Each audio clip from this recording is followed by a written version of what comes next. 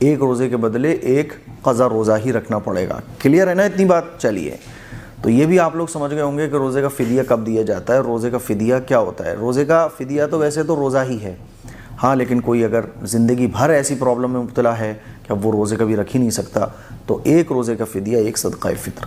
Number 2, حاملہ عورت, pregnant lady.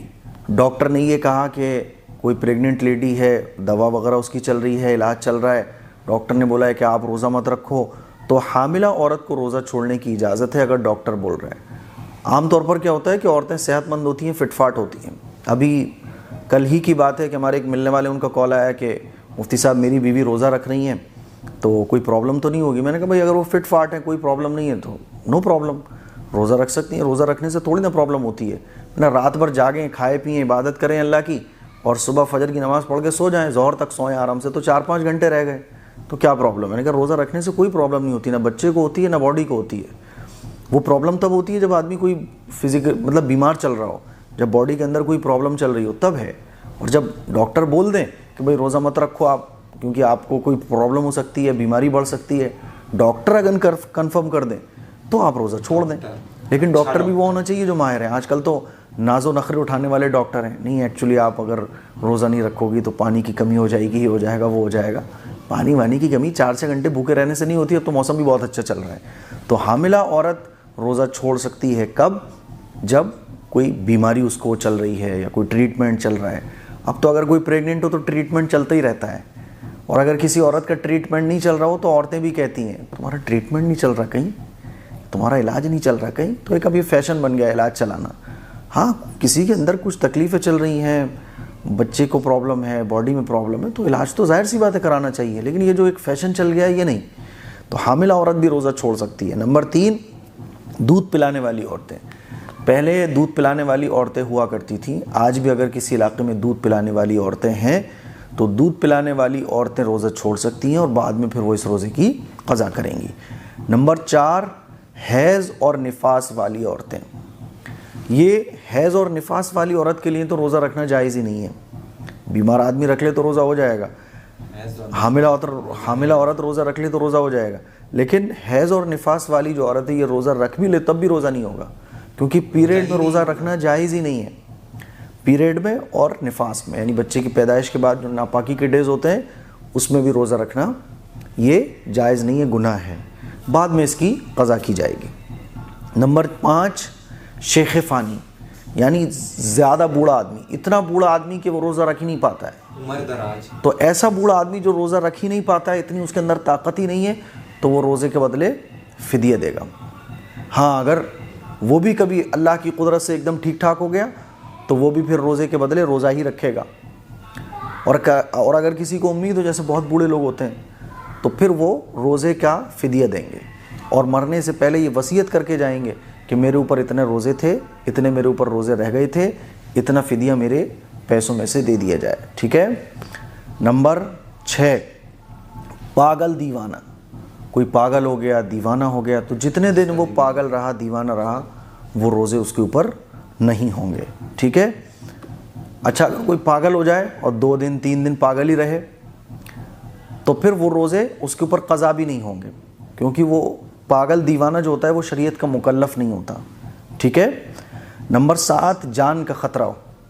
مان لیجیے کوئی روزہ رکھے گا تو اس کو جان کا خطرہ ہے تو اس کو بھی اجازت ہے روزہ چھوڑنے کی.